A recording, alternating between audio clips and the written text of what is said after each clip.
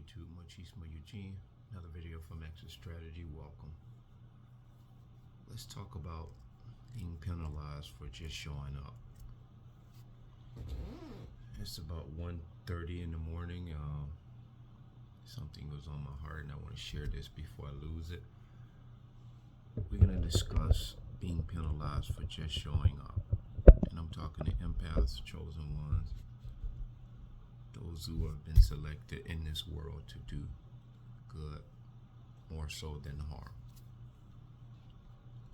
You're going to be penalized for just showing up to that job, that new workplace.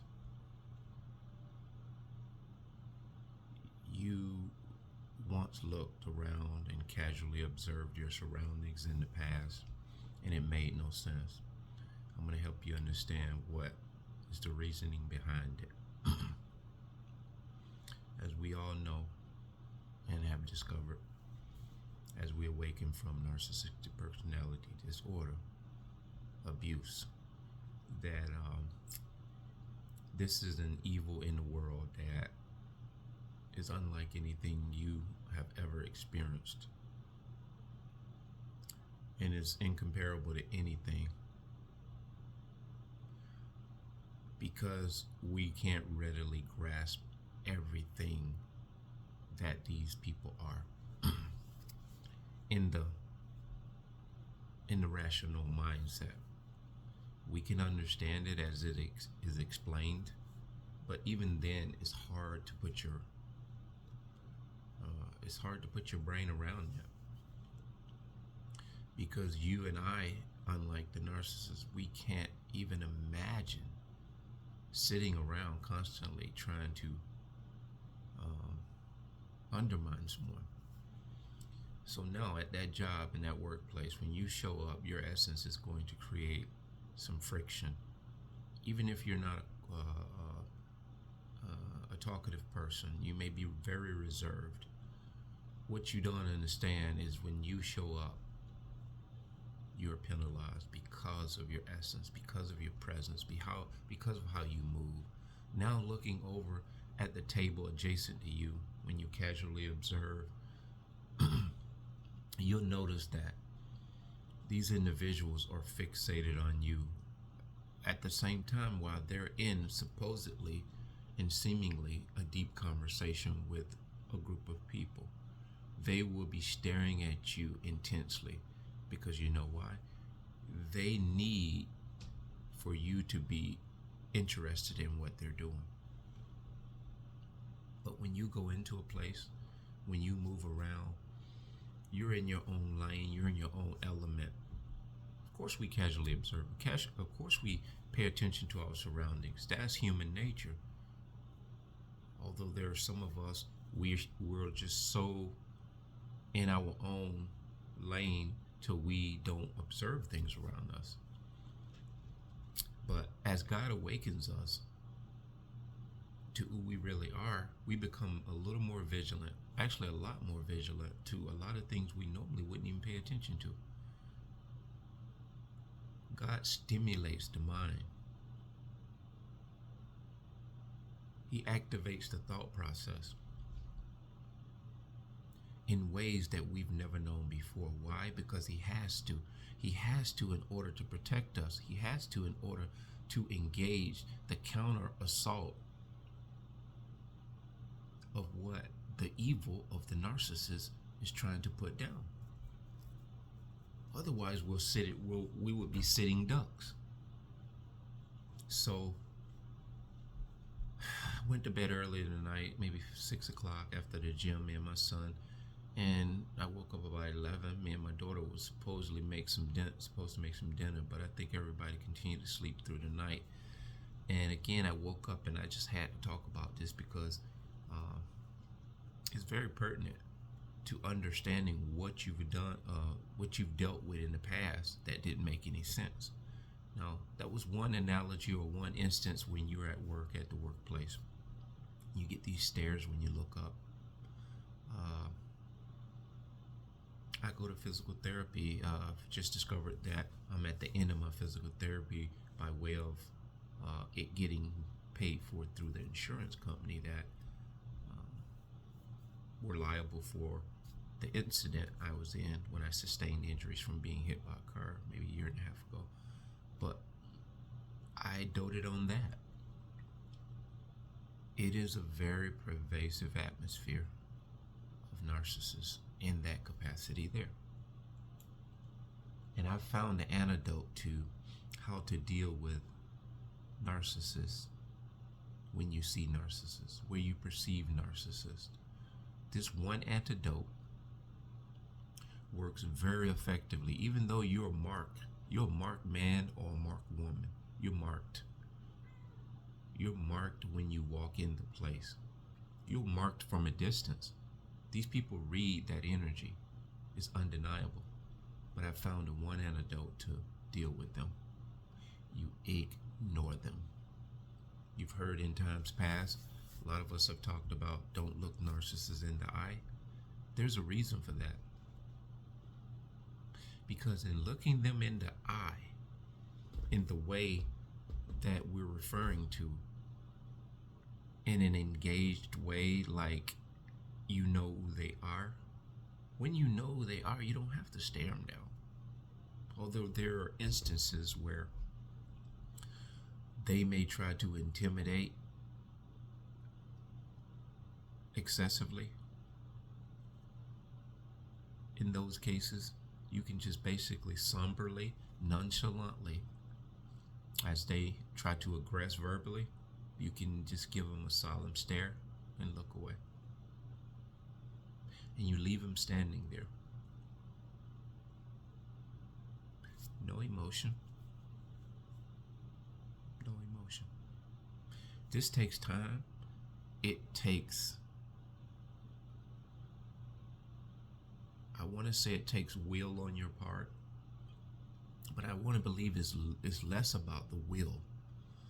It's more about enlightening yourself on who you are, being able to stand in your purpose and in your essence, as you always have, but even more so now that you are very aware and attuned to yourself. You're connected to yourself. As opposed to in the past, things around you would normally dictate how you move and what you did. Now this newfound awareness of yourself, it's less about your surroundings, because you're focused. And most of all, you got so much going on within you as a person, because in our lives as empaths, as we awaken, we have discovered that there are so many things that complete us in a day, to the point where we really rarely have time to be concerned about the drudgery of the narcissist. Although we put this content out, it is just steadfast progression on our part. We see this, we observe this, and we have to speak to the masses about this. But beyond that, they rent no space in our head. We're very unbothered by them in a big way. So when you show up, you're penalized for this. I've met several individuals that work at this specific nursing home in the area. I've interacted with them. You know, you're like, hey, what do you do? You know, I pass my cards out occasionally for my business, and I discover they work at this specific nursing home. And I'm going to show you, in many workplaces you go in, there is a dynamic. There is a hovering mindset. And we're not talking about a mindset of people who are very compliant, work-oriented, there to do what they're told to do in a very admirable way. We're talking about people who are in an atmosphere that you walk into, whatever occupation it may be, across the board.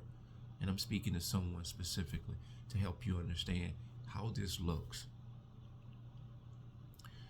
You will notice and observe and sense that these individuals, select individuals, because you have Two different types. The ones that are there with their head down doing their job, they're very quiet. Even looking at them, you know there's so much they want to say. You can just see it, you can read it, but they would just rather do what they're told. Go home. And you've heard people probably told you, oh, just come in, keep your head down and do what you're supposed to do and you'll be okay. For an empath and a chosen one, that's not going to work for you either way. It doesn't matter what you do. You can be the best employee. You can be a mediocre employee. You can be whatever type of employee you choose to be in a good way. It's not going to work for you because these people are going to be oppressive, depressive. That atmosphere that looms over that business, you will detect it. And before you didn't understand what it was, now you understand what it is. There is this dark cloud of overwhelming narcissism where these people, when you come in, they become fixated on you and you become a target. They're already targeting people that are there before you get there. A lot of bullying. And I don't like to use that word bullying because mainstream America is using it for everything. The narcissists are bullies until they met us. You'll go to work, keep your head down, work, you're quiet, but for some reason your job is just not rewarding in any way, shape, or form. You bring the best you to that atmosphere and you leave that job feeling mentally and emotionally exhausted. You can't put your finger on it right away, but soon after, it could be months, years, and even a few days, there is just something amiss about that atmosphere. They pay you well, good benefits, good insurance. Sometimes you get a profit share, you get bonuses. All of those things in and of itself make this workplace very appealing, very satisfying. But it's just one thing. It's just something that doesn't sit well with you. And here you are. This one thing is because this demonic dark spirit, it is so oppressive to your spirit. And in my workplace where I got terminated, as you all may know, for sexual harassment, allegedly. Union job, hard to get fired. I came in knowing what narcissists were. I came in observing and detecting a heavy amount of them. I don't think I ran into not one empath in one way or another. I did not detect another empath. I detected people who were oppressed, abused, as well as a whole bunch of narcissists. Ego tripping, arrogant, prideful, domineering, grandiose. And what I did was, I came in with the best me, knowing what I knew. I came in with an ability to be able to be my own man, dance to my own music. I projected a persona outwardly in many cases to combat that dark energy that was so oppressive. And I did it deliberately because I knew when I went into this place that I was on borrowed time. I even verbalized that many times, like, I don't know, I won't be here long. I'm just passing through. Not knowing why I was saying it. And the narcissist probably was saying, you don't even know. You're on borrowed time. You are passing through. You just don't know it. We're gonna line you up and spit you out. Now, this came as a slight surprise when I did get terminated, but this oppressive spirit was looming. And I knew something within you as an empath or a chosen one at that workplace. Even if you didn't get terminated, you know that you are not going to be there long. You feel it. And so what you end up inevitably doing is quitting. 2024, you're going to see, and in the comments, I want to know how many people have quit their job this year, or even towards last year, the end of last year. If you quit your job, just say one. One, ditto. And if you haven't quit your job, I am willing to believe, not just because I'm saying you're going to quit your job, I surmise that you, as you're awakening, you will find that there's no reason to stay at that workplace. You may not even know what you're going to go away from that workplace into. You may not even have a solid plan. But the oppressiveness and the